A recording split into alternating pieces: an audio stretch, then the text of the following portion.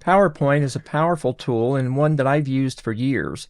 It's great, but when I started to transition to video for my YouTube channel, I really needed another solution. Over time, I discovered the fact that I can do a PowerPoint-type presentation in Pinnacle Studio, and this is how I do them.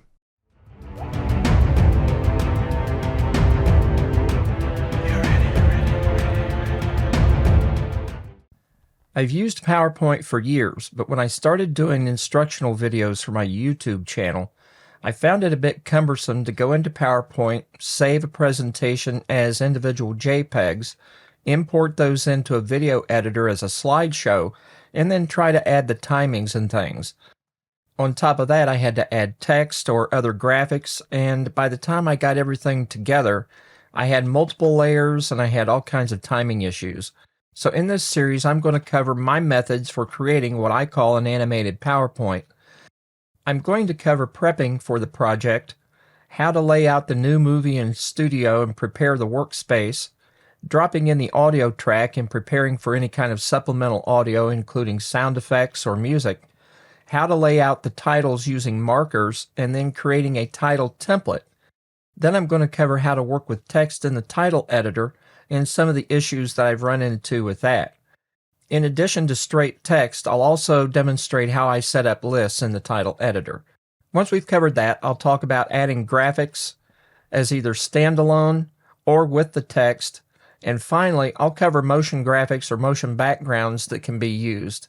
So I'll start with what I do to actually prepare for the project before I get into studio.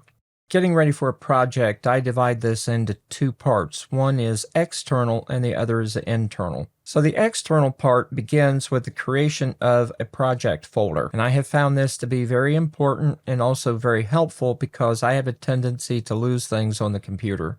This particular series I know is going to have multiple parts, so I've already created a part 1 folder here. Inside that folder, I have subfolders. Here I have audio, that's where I'm going to put my background tracks.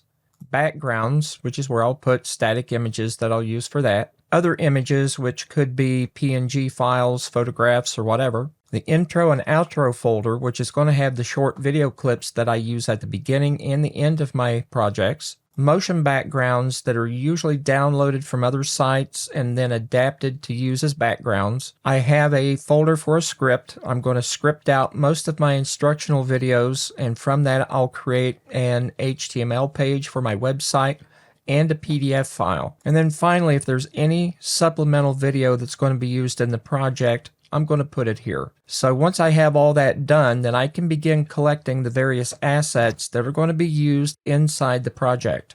In the next video, I'll discuss how I use a script to organize the presentation.